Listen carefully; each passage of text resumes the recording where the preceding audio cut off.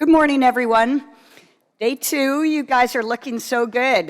This is obviously a great meeting because the enthusiasm is remaining really high, and we're really excited today to start this conversation with food because everyone likes food. It's a fairly upbeat conversation. So I thought I would introduce the topic quickly and then introduce my panel. What our plan is today is to just have a conversation, not to have slideshows. So we are going to start our conversation up here and want to engage you in a very active conversation on this topic. Most people do have opinions on food, so I'm sure you won't be shy, okay? So as I introduce the topic, first of all, I'm Roz Naylor. I'll introduce myself. I'm a professor of Earth System Science at Stanford and the founding director of the Center on Food Security and the Environment.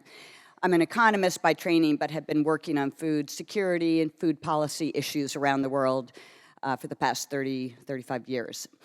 And so I collaborate with people from all over the world, and it's really a great pleasure that I have such a wonderful international panel here today. But as I have tracked the conversations on the global food system and the global food crisis, almost all papers begin with some phrase like, we need to increase the production of staple crops by 70% by 2050 to feed a growing population and a more wealthy population that's going to transition towards consumption of animal products and animal protein. And so this conversation is supply-oriented and really largely focused on staple crops, the terrestrial systems, and there seems to be an assumption that population and incomes are going to grow, and we're on this trajectory to just swamp the planet with agriculture and agricultural disasters. And I'd like to actually present a much more optimistic and upbeat view and really change the nature of the conversation today. Because as we have these conversations, what we find is that people in food security and food policy are almost all focused on terrestrial systems and cropping systems around the world, particularly large staple crop systems, oil crops and cereal crops. And oceans, aquatic foods, seaweeds are just freshwater, freshwater resources are almost completely ignored in all of the models and all of the conversations. And as I look across the audience at my current students and my former students who are here, and I was a student once, you had the option of going in to study agriculture and food in a traditional, more land grant or development program. Or if you were interested in oceans, you end out at a marine lab and you're studying marine conservation and the impact of fishing on marine resources, but not necessarily on food. And so these two groups, the terrestrial and oceans, have been almost entirely separated and continue to be in all discussions. And yet when we go to the grocery store and we're making our food decisions and we think, okay, am I going to buy vegetables? No, I really want some steak or some chicken. No, here's some salmon. It's all in the same place. We're making decisions as consumers that are in a global food system that are much more integrated. So our goal today is really to bring the oceans into the discussion of global food systems. Think about the opportunity that oceans have in maybe mitigating some of the environmental impacts of the global food systems, but also the risks of maybe over-reliant and not thinking through the future use of our ocean resources for food. So we want to really be proactive in this. On the policy scale, as you know, policies are made by departments of agriculture or ministries of fisheries, and often these ministries or departments are geared towards volume metrics or increasing incomes in those particular crops or those particular fisheries. But not thinking of, ideally we want a ministry of food, right? Thinking of how these sectors contribute to the nutrition that we need for a healthy life, and also the nutrition and food we need for a healthy planet. And so it's time to rethink the conversation, and that's what I engage you to do today. At Stanford, we have an initiative through the Center on Ocean Solutions in partnership with the Center on Food Security and the Environment called Oceans and the Future of Food. It's really bringing oceans into the conversation.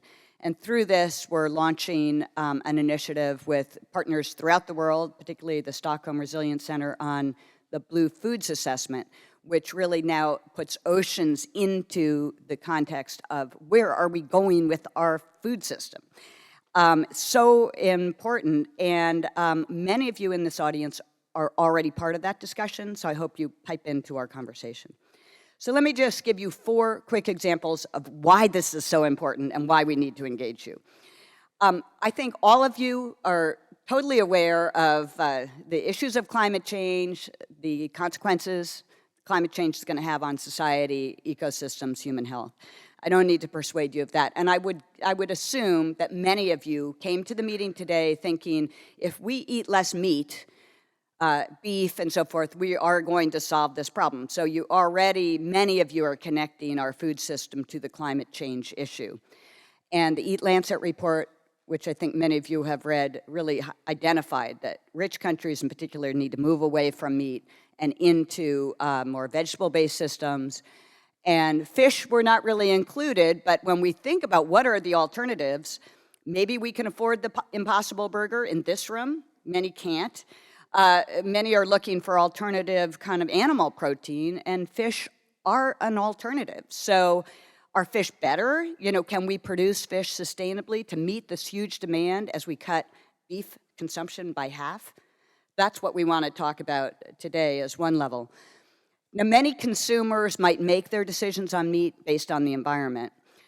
The audiences I talk to by far more commonly make their decisions on their own health. They go to the doctor, their cholesterol is high, the doctor says, lower your meat consumption, they move to fish.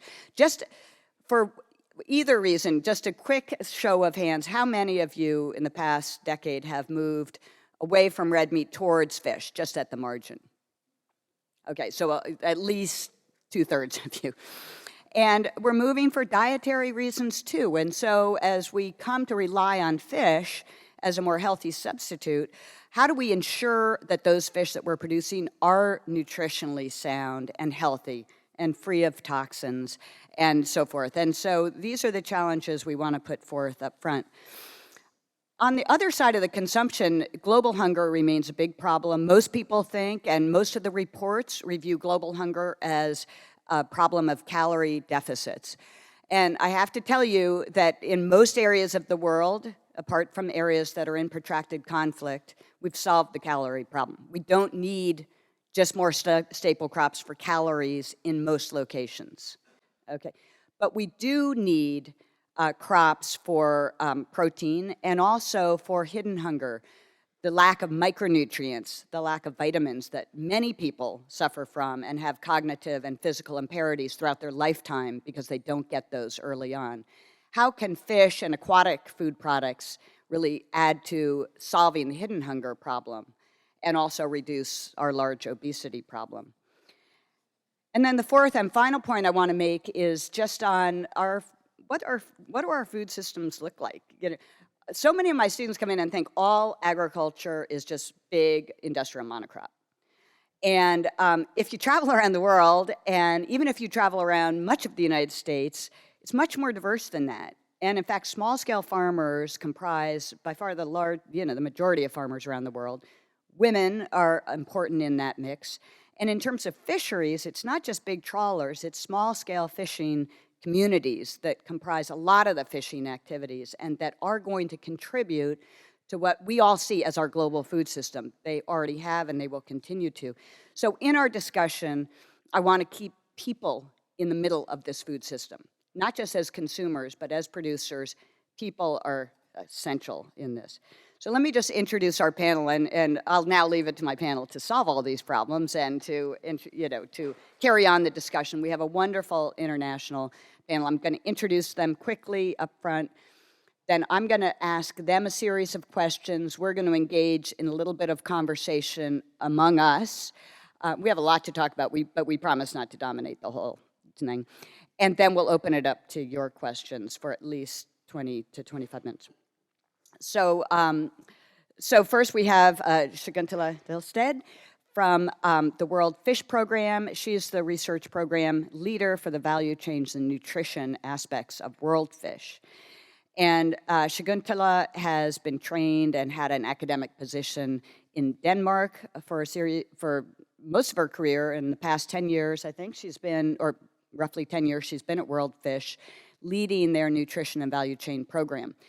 Now, what's interesting about Shakuntala is she's not this ivory tower researcher who's going to sit in the headquarters in Penang and dictate what everyone does. She insisted when coming to World Fish that she be in the field in Bangladesh, which is one of the poorest, most food insecure countries in the world, and then moved to Cambodia. And she's in Africa. She's in just a number of countries where nutrition security is really the biggest issue that they face, and so very much field-based.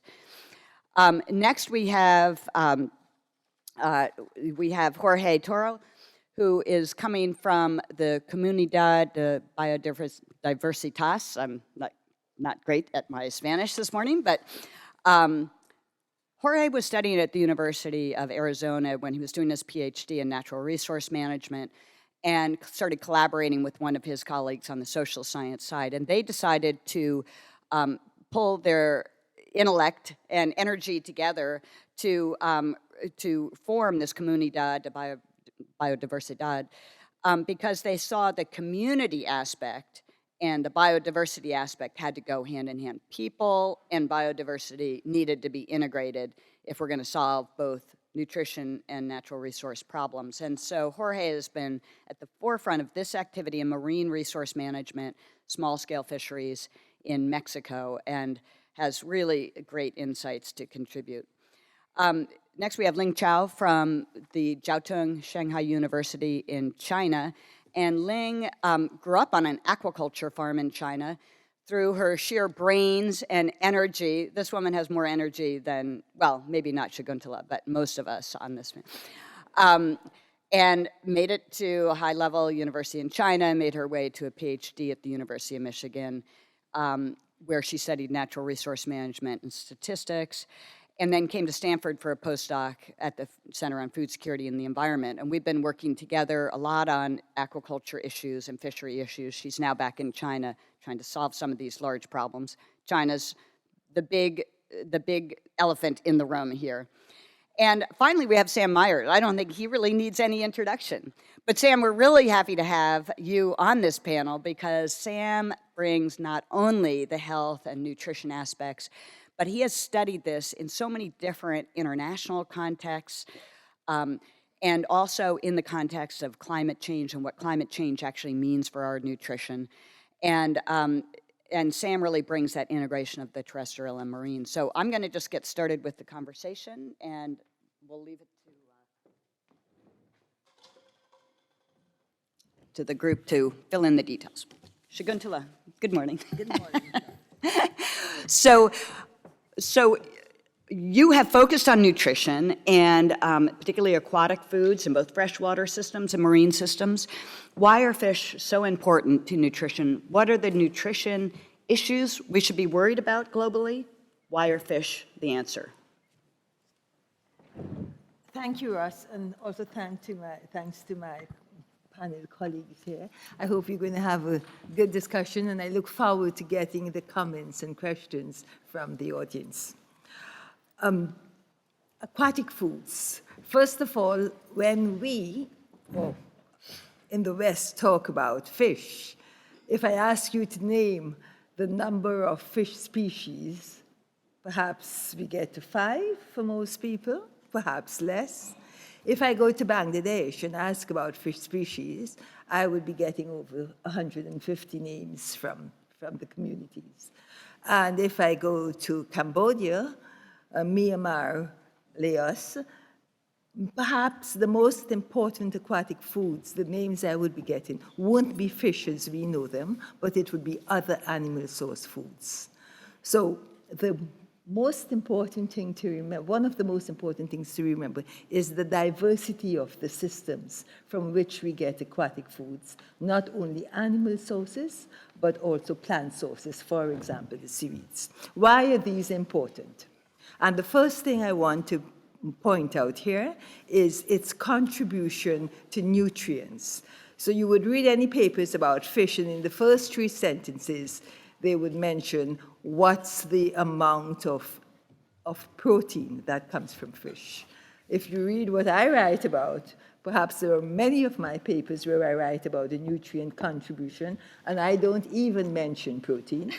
I only mention the micronutrients, because protein is an essential nutrient for humans, but it's not, for many humans, even in poor countries, it's not a limited nutrient.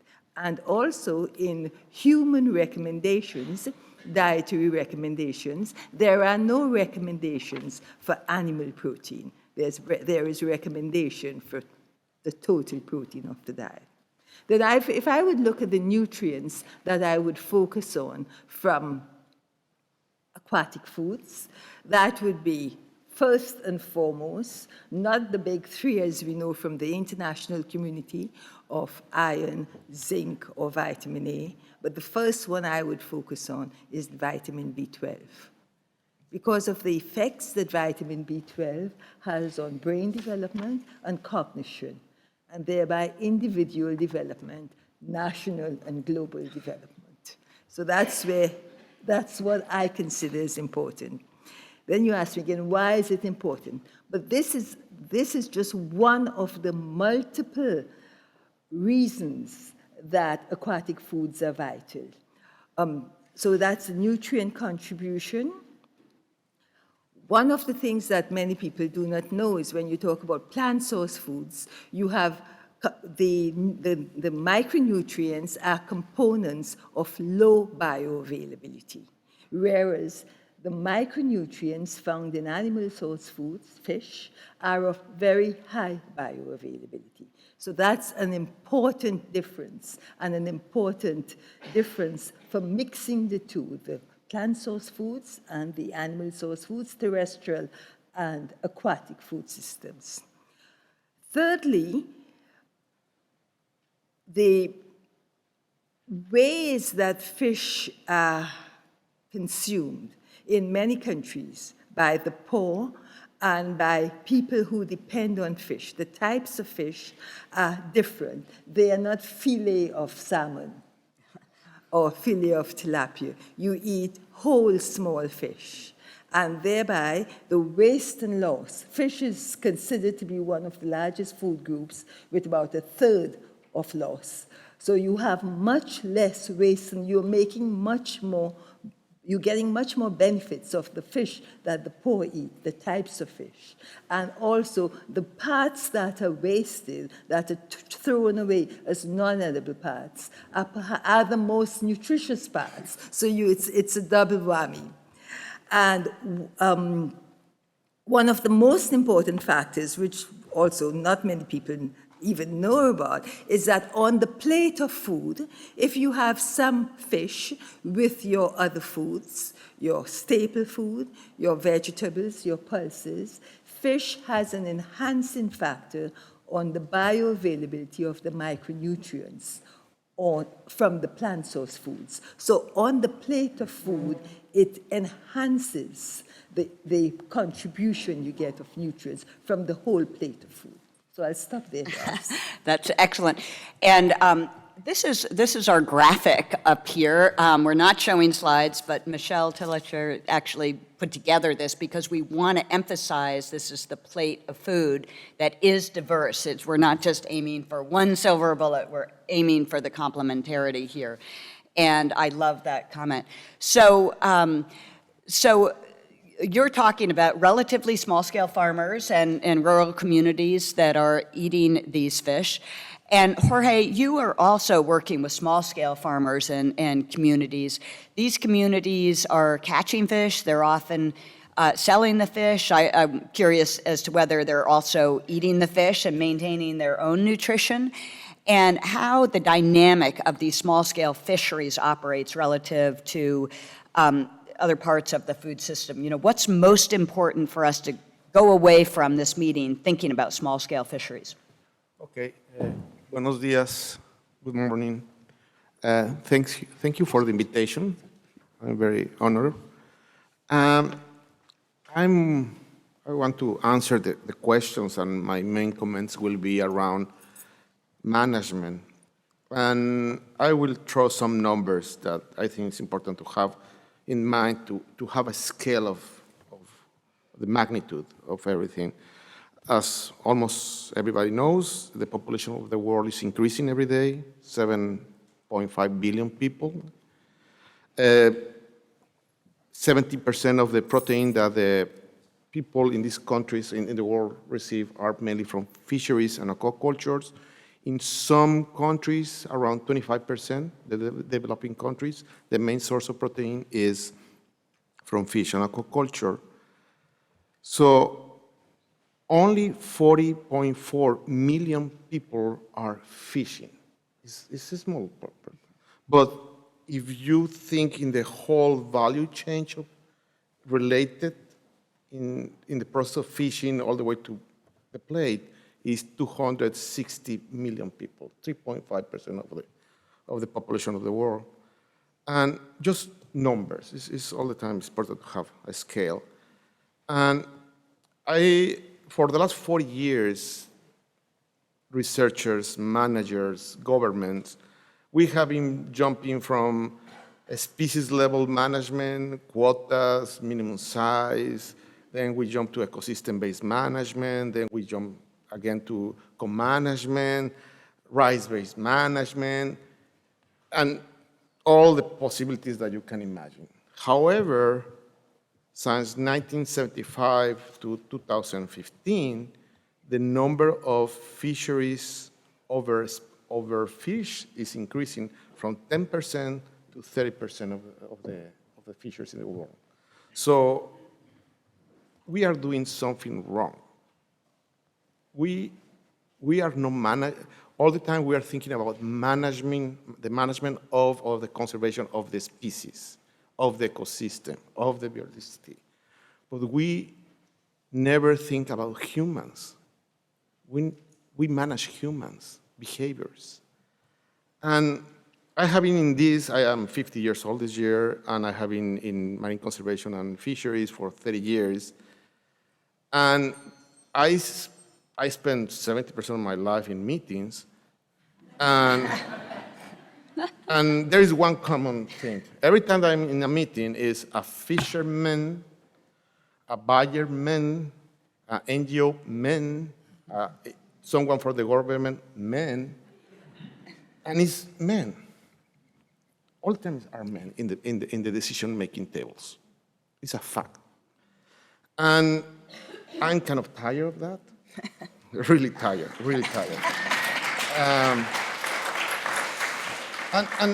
And I work with fishers all the time, and the other day I was talking with one of fisherwomen, and it's important to start defining fishers, and fishers include anyone from the person taking the fish all the way that the person is preparing or serving. And the estimation is 50% of the people related with fisheries are women. 50%. So basically, in the decision-making tables of management, we are missing 50% of ideas, 50% of balance, 50% of everything. So we were talking the other day with some fishermen, and one woman say, the question, what will happen if the fisheries, if management decisions were women in the past? Will be as now in a crisis? And now in this conference, I'm hearing that looks like it's going to be more pressures in the marine resources. I really, and I know that it's more about nutrition, but I'm very worried about who is taking the decision and how is taking the decisions, and if this is going to be the same model again. One thing is for sure, we need more ideas. We need balance in the tables, gender equality balance. That is for Great point for discussion. Thank you, Jorge. And It is true. I think that many people go into marine resource management because of overfishing and other stresses. And the silver bullet that is, everyone kind of refers to is aquaculture. And can aquaculture actually solve these problems, take pressure off of wild fisheries? Aquaculture and fish farms, as well as seaweed and aquatic plant farms, are contributing more than half of the fish that we have on our plates these days. And so, Ling, I want to turn to you. China is by far the largest aquaculture producer in terms of fish and shellfish. About 70% of global production is actually in China alone, and China has centuries of history in this, but is changing rapidly. And so, Ling, China is so important. I want to go from the local scale now to even a national and global scale to ask what's happening in China, what role are they playing in terms of not just aquaculture production and the provision of fish, but the impact on the rest of the world's fisheries. Can you give us some perspective of what's happening now and what's likely to happen going forward? Okay. Thanks, Ross, and good morning, everyone. As Ross mentioned, China is a global leader in the global seafood industry because China is the largest aquaculture producer, which contributes about 2/3 of the global aquaculture production by volume. And China is also the largest, has the largest fishing fleet in the world. But the capture fisheries has been stagnant in China as the rest of the world for many decades now already. So actually, aquaculture now contributes about 70% of China's seafood supply. So you can tell aquaculture has played a really major role in China's seafood supply. The demand also is increasing for seafood in China. China's population is estimated to be reach 1.5 billion by 2050. So what does that mean? So by then, China's demand for seafood will also be double as compared to now. So what does that mean for the industry? So that means China will face a seafood deficit of 20 million metric tons. That's about one-fourth of the current global production. So you can tell. So how China is going to deal with this seafood deficit? In the face of increasingly resources scarcity and also the changing climate. So China has two options. One option is to increase fish imports. And the other option is to intensification, to expand aquaculture production. So what does that mean to the rest of the world and also to the environment? So China is already the largest. China is the largest exporter, but China is also a lead importer of seafood. By far, is the third largest seafood importer in the world. And China is estimated to become the largest seafood exporter in the near future.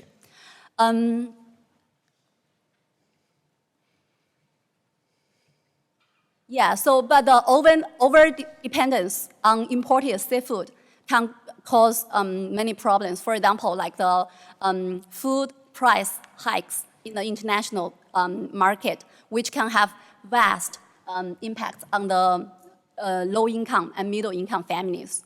And also, as aquaculture expands, there are many challenges can be placed to the environment. For example, the first challenge would be the increase in feed use and also the dependence on increased dependence on wild fish resources, because China now is the largest fish meal importer. Fish meal is a critical ingredient for fish feed. So fish meal is produced using small oily fish we call forage fish, which are, for example, like anchovies or sardines. They are important food for other animals in the marine ecosystem. such as marine birds or mammals. They are also important food resources they are also important food fish for some of the like indigenous and coastal communities. So the over-dependence on that resources can cause possibly the crash of marine ecosystems and also cause human crisis. And the second challenging would be marine habitat degradation, because we witness large-scale sea reclamation in China for aquaculture. Nowadays, because due to resources scarcity, land and freshwater scarcity in China, the government is looking increasingly towards marine aquaculture as a solution to solve this problem. Nowadays, marine aquaculture already occupies about 1/3 of the coastal wetlands and 10% of the shallow sea areas in China. So that can cause many problems to the marine critical habitats for the other species. And the third challenging would be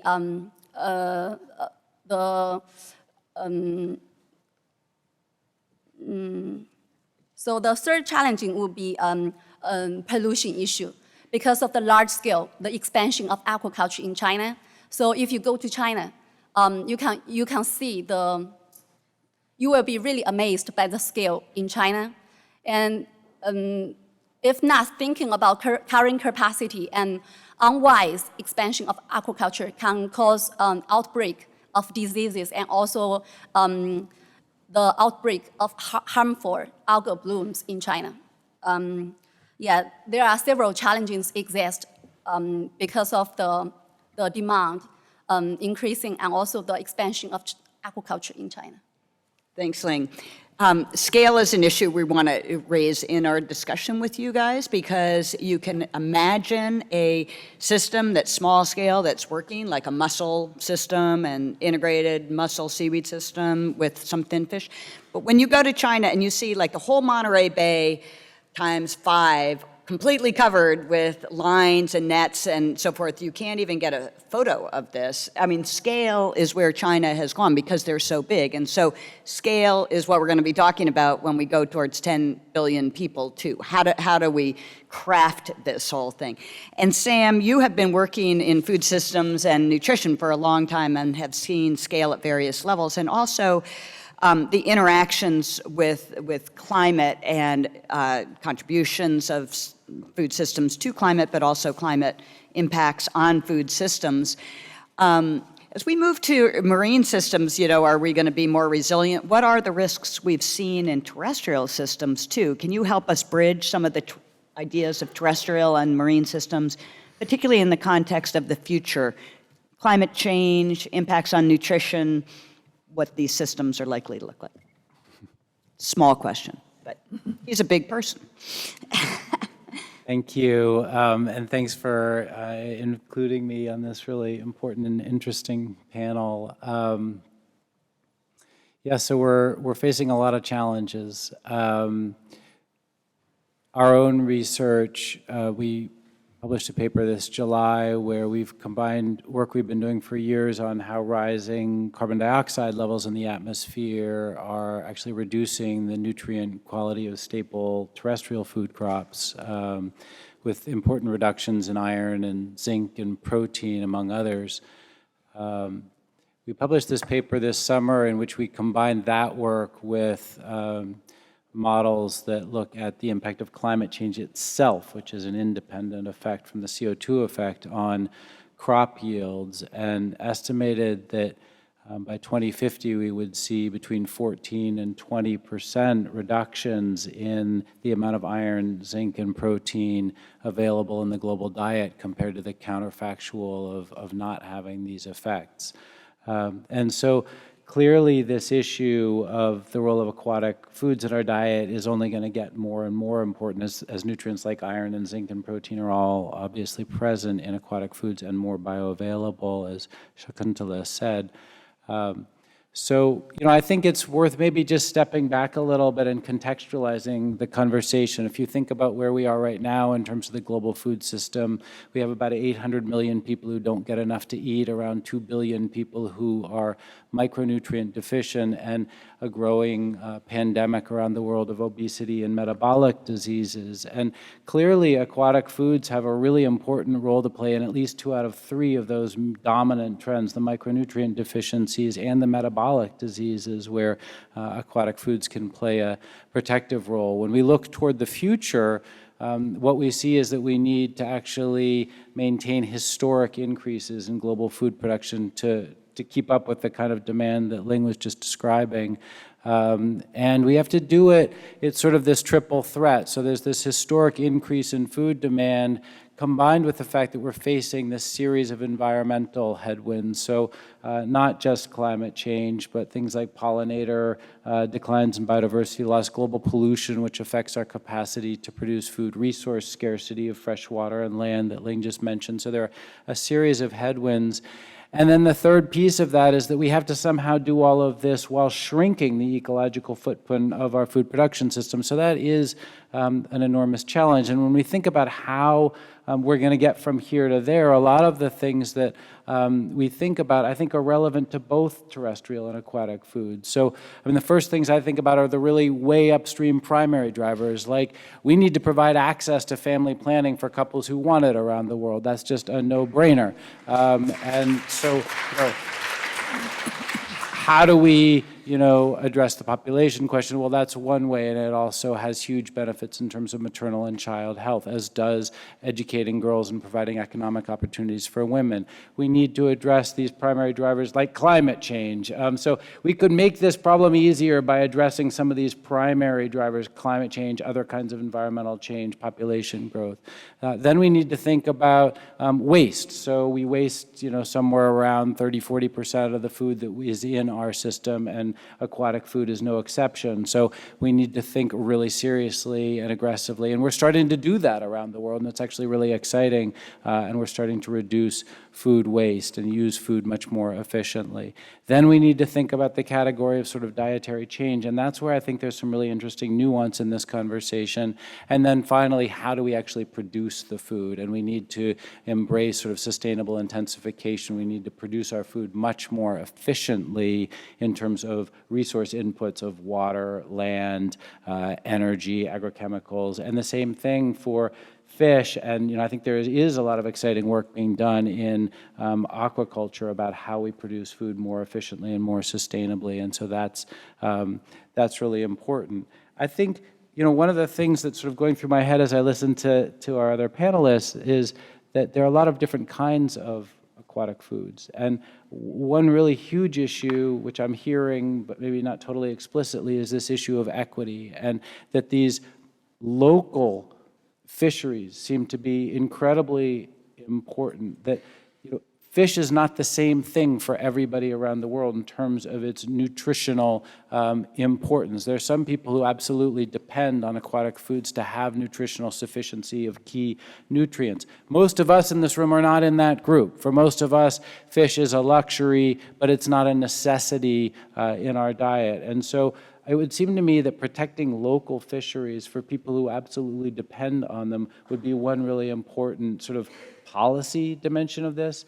Another is, has been highlighted actually by work that Chris Golden in the audience has led for us around replacing wild harvested fisheries with aquaculture, and that when we do that, it's easy for the aquaculture to then be around high value export fisheries that don't really provide nutritional value for local people. And so how do we design aquaculture systems? And I think China is on the cutting edge of this so that there is nutritional benefit to local. So I think there are a lot of interesting policy dimensions to that. And then finally, I think just with terrestrial, as with terrestrial food, there's huge room for innovation. I was reading in the paper this morning about the new sort of vegetable-based fish product that's going to be coming along, like the meatballs we were eating last night. And so what are the different kinds of innovation that can help us out of this as well? Yeah, Sam, that's a great overview. And I think you've really emphasized the kind of pressures that we see just from climate and resource scarcity on the terrestrial systems and the need to really pay careful attention to the stewardship of the marine systems and the freshwater systems as a resource. One of the issues we haven't mentioned, I'll just raise this with this group first and then open it up, is urbanization, because that's one of the dominant demographic trends that we're seeing. And just like meat products are very widely traded and highly consumed in urban settings, fish are also widely traded, and I wanted to ask Shakuntala and Jorge in particular, but also Ling and Sam, for these small-scale fisheries and communities that depend on fish, are they now exporting more of their fish into these systems? How do you balance the nutritional needs of local systems with the increased value that could be obtained by exporting? And does this create greater really divergence in the nutritional outcomes, or what are the best strategies? So we've got policy strategies and local management strategies.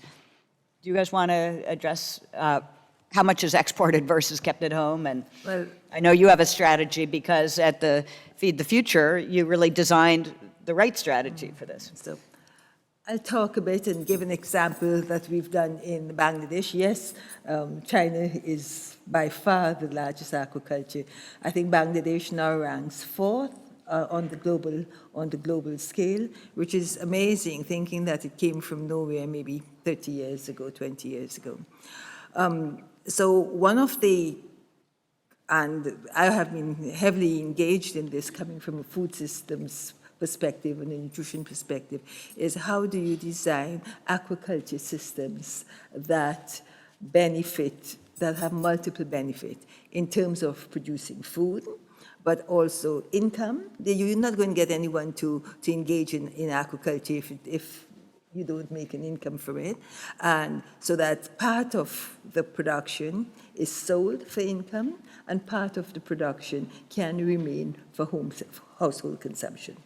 And learning and not trying to go in the same pathway as the Green Revolution and monoculture, what we've introduced, Wolfish and others have introduced in Bangladesh and in other countries, also in Asia, also in Africa, is a polyculture system where you have large fish species and small fish species in the same production system.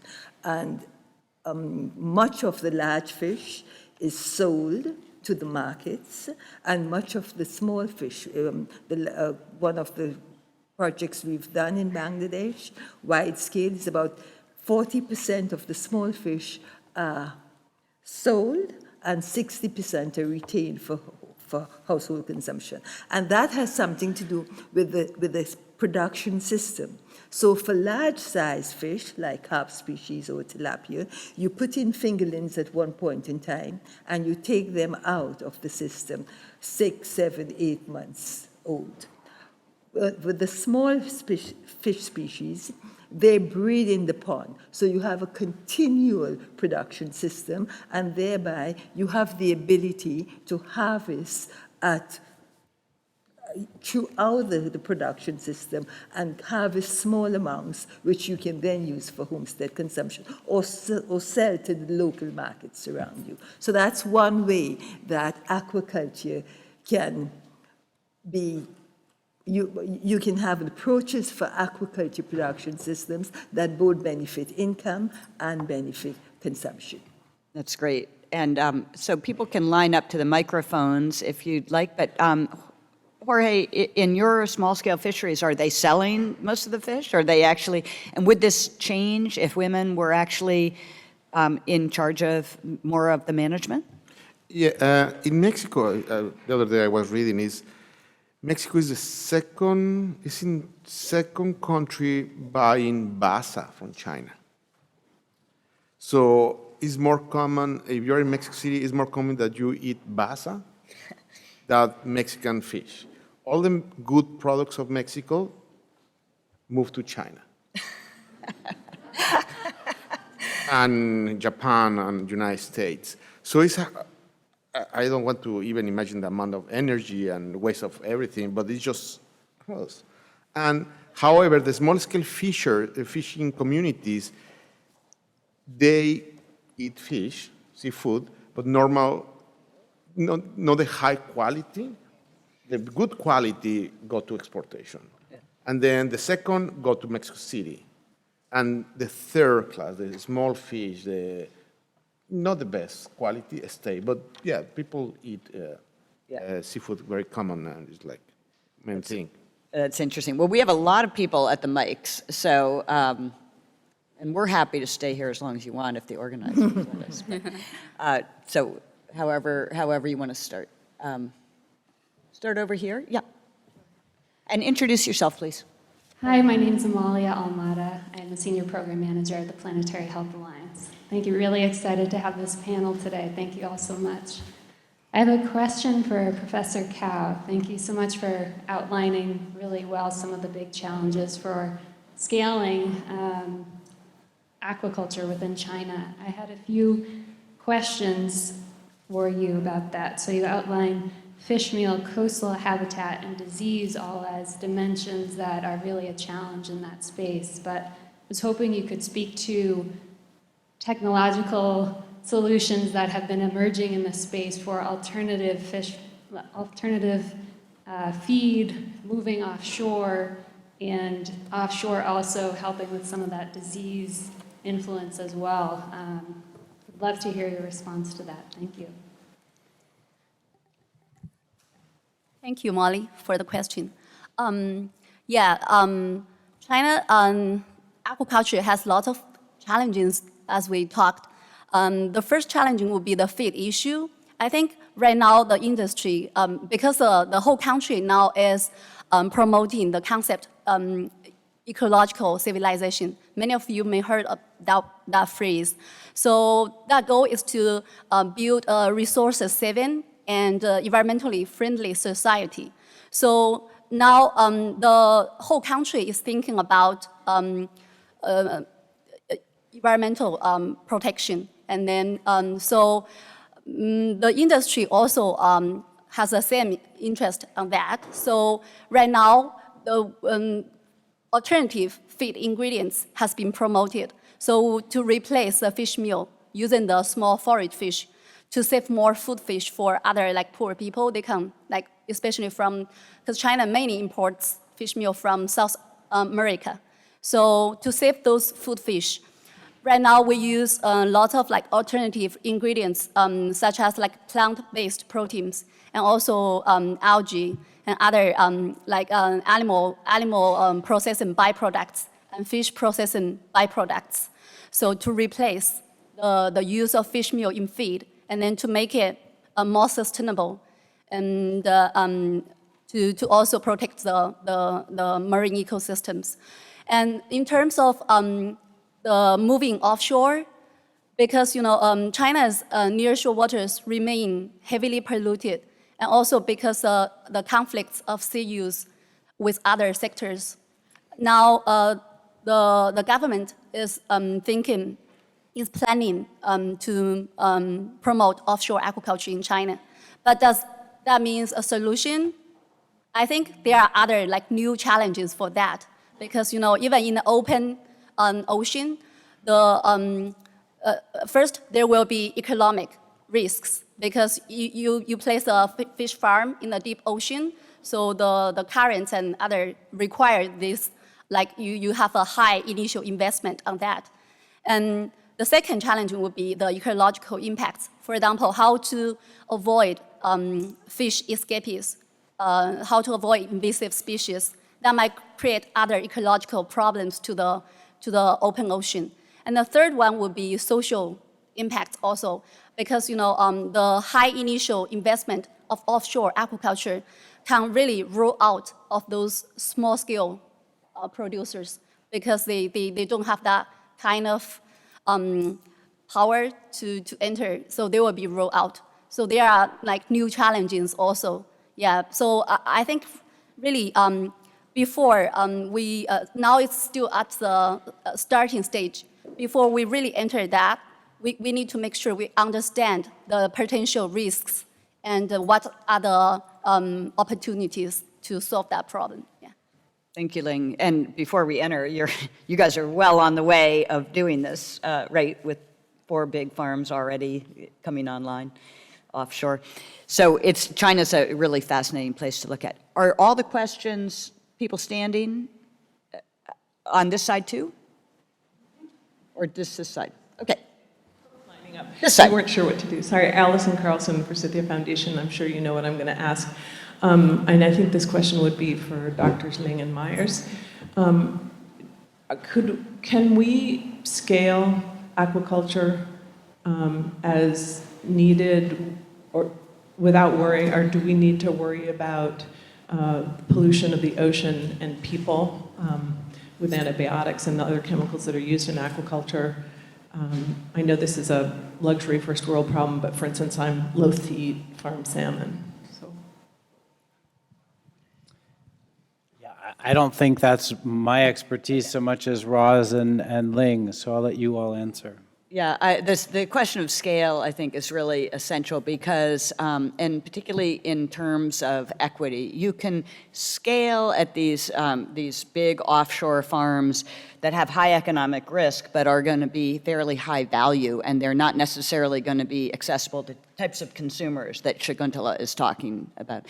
The only way to get the price point down for the half the world's population that lives under $2 a day is to have scale that brings the variable cost down, and often the human decisions on profitability are going to overrule the human decisions on sustainability. I mean, it's just a matter of fact. When we look at these systems, humans want to make a profit. And so they do cut corners, and if we could avoid cutting all corners and do everything according to best management strategies, we could do this in a really sustainable way. That's what we want to achieve. But meanwhile, we have to be cognizant of the fact that humans are humans and they will produce, like they do in agriculture, and other food systems at a scale that might cut corners and have ecological risks. And those include intensification that leads to disease and putting in antibiotics and fungicides and so forth. We're seeing a fair amount of that. So those are the types of things. It's a great question. That's the type of scenario we're trying to avoid. So how do we think of redesigning the scale issue? Bangladesh is scaling through multiple small-scale freshwater ponds. It's a different model than these large marine systems, and to the extent we're doing marine, can we diversify, can we spread them out and get the cost down at an affordable level? So these are all the big challenges. You hit it right on the head. Next question. Jonathan Patz, University of Wisconsin. Great panel, Roz. Hi, Jonathan. And I see there are three or four people behind me, so if you want to take 3 questions at a time and remember all of them, and maybe because there's not a lot of time left. My question relates to the last one, which is that there are terrible ways to do aquaculture, and there are some great ways to do aquaculture. Great interventions lately, and kelp farming, and there's some really exciting things coming forward. My question is there currently a handbook of best practices of how to do or how not to do aquaculture depending on your location, offshore, on land, whatever? Is there a handbook with best practices that the World Bank and others can use as criteria for funding big projects?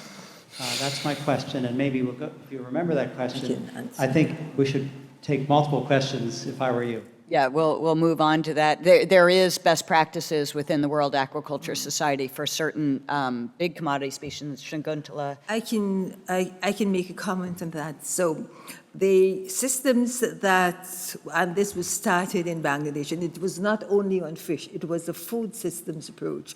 So not only is it the production system that has fish, but it's the production system with fish in water, vegetables on the banks of the water bodies, and much consideration to seasonality, because the same lands which get flooded and which you have water bodies for part of the year gets dried for another part of the year, and on which you grow rice. So we are talking about a food systems approach. And if you would look, there are many parts of the world where we have this, where you have great effects of seasonality that you have to take into consideration within the agriculture system. And with the systems that we have developed in Bangladesh, and I would say, and it's less than 10 years we've started, we've already moved those systems with the Feed the Future and with the IFAD, the International Fund for Agricultural Development. These are the two major players within that area, and they have moved these systems to Odisha, Assam in India, Myanmar, Cambodia, Laos, Sierra Leone, Zambia, Malawi, and soon we will be moving it to Cote d'Ivoire. So there, some are listening and seeing that these are systems that can be used and taking a step away from the paradigm of a monoculture system and looking at one food, but looking at an integrated food systems approach. Yeah, that's great. So we now will move to 3 questions. I just want to mention that aquaculture, the majority of aquaculture is freshwater aquaculture still, even though marine is increasing. So it's really important that we're covering both things. So one here, I'm going to take your question first, and then to the whole audience will answer it. So please introduce. Thank you very much. My name is Esther Omosa I work for the International Livestock Research Institute in Nairobi, Kenya. My question is very simple. Thanks for the good presentation. In Kenya, we have the large Lake Victoria where the fishing happens. However, we find that the local communities that produce the fish cannot even afford it because the demand out there is far much more than they can afford. So one question is, how do we support the local communities to sustainably produce so that they can actually consume what they're producing, looking at the agricultural pathways of production, income, and women empowerment? That's one. And 2, how do we support the communities that are not traditionally fish consumers, because we want to move towards more consumption of fish? How do we support them to sustainably then consume these fish, given the other issues around culture and acceptability, all those issues? Thank you. Okay, excellent. Thanks, Esther. We have a question now in Sub-Saharan Africa, which we haven't dealt with, so that's excellent. Yeah, next one. Hi, I'm Safari, a graduate researcher at UC Santa Cruz. So we know that seafood is traded a lot internationally, and in many developing countries, we start to see the pattern of high market value seafood exported, while in many countries like in the US, they're lagging behind on aquaculture development. So my question is, what are the obstacles and opportunities for more aquaculture production in developing countries? Okay, thanks, Safari. We'll get back to that. And Sylvia, do you want to ask one more question? Yeah, Silvia Salas from Simvestav in Mexico. It just keeps in my mind this connection between land and sea and land production and sea production. And what I don't see or haven't heard is how much of the production by aquaculture or fisheries goes into the production of land, like porks, chickens, and all that. Excellent. Okay, panel, we have a question on, particularly on Sub-Saharan Africa, can poor people actually afford the fish that they're producing? They're going to send it out. How do we sustainably produce these fish? And more broadly, within a developing country context, how do we get sustainable seafood production when there's so much trade going on? And then this terrestrial, so the terrestrial meat and seafood production. So who wants to start? Jorge. With the last one is, for example, in Mexico, the sardine and anchovy industry is around more like 60% probably of the productions got to be burned and produce fish meal for pork and chicken. So all the time there is this pressure like it's a waste, but then they produce so much canned sardines that they literally are in all the markets is not enough demand.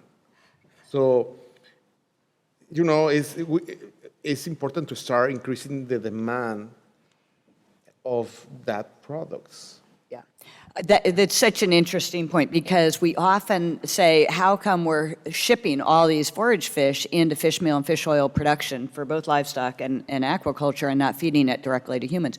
But that's because there is a limit to demand. Even in Peru, you know, they're trying to increase the demand for the basic forage fish. So countries like Bangladesh, that's well incorporated. Actually, in Africa, you know, there's some regions, as you were noting the other day, Esther, that are fish consumers, and others that just don't even have fish on their radar screen, right? And so the demand part of the equation is incredibly important. We assume it away, but understanding those trends and how they're evolving is one of the most important things I think we can do. And Sam, do you want to add on the sort of that link with terrestrial and the use of, you know, you've worked in a lot of these different countries as well, and Yeah, I mean, I don't know how much fish is going into terrestrial food production. There's an answer to that question. It's not something I've looked at, but I think this question about demand is a really, really interesting one, if that's part of what's driving it. And I think this broader topic in the social sciences of how do we affect dietary preferences is a super important one. I mean, we heard the lightning talk that we should all be eating insects, and that's probably true.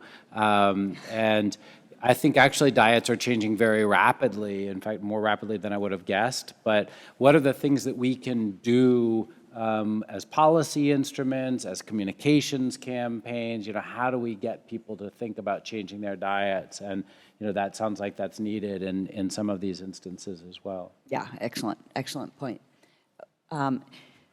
So I'm not sure we addressed all of the questions yet, but we'll get to those. But we have, yeah, we'll take two more questions. Maybe one more question. Sorry. We'll be available at the break. Please introduce yourself. My name is Patrulika Chatterjee. I'm an Indian journalist and very excellent panel. I come from Bengal, which is right next to Bangladesh, and I totally am a fish-eating person. I want to kind of link it to the debate which is foremost in my part of the world, which is the malnutrition debate. It isn't so much about, you know, eating insects and things. And in a part of the world where 1/3 of under 5 children are stunted, protein energy deficient, which completely affects their life chances. So my question to you, Dr. Thilsett, is that, you know, Bangladesh is very similar to where I come from, Bengal, and it is a coastal community, as you said, dependent on fish. What then explains the high levels of malnutrition in Bangladesh, and also in my state, West Bengal, which is again a fish-eating community? So I just wanted to get this context about coastal communities which have physical access to fish, but with unacceptable, you know, levels of child malnutrition. Thank you very much. So I'll take that. Yes. I'll take that now. Yeah. Yeah, just the last question. So we talk about the high level and national figures, the national consumption patterns. But if you go down to intra-household level, and this is not only for Bangladesh or India, it's also for Western countries, and you look at intra-household consumption patterns of fish, then, for example, in Bangladesh and West Bengal, children first begin eating fish after the age of 1 year. And that is true, of many other countries. And in both Bangladesh and in West Bengal, the consumption of fish is low in women and even lower in pregnant and lactating women.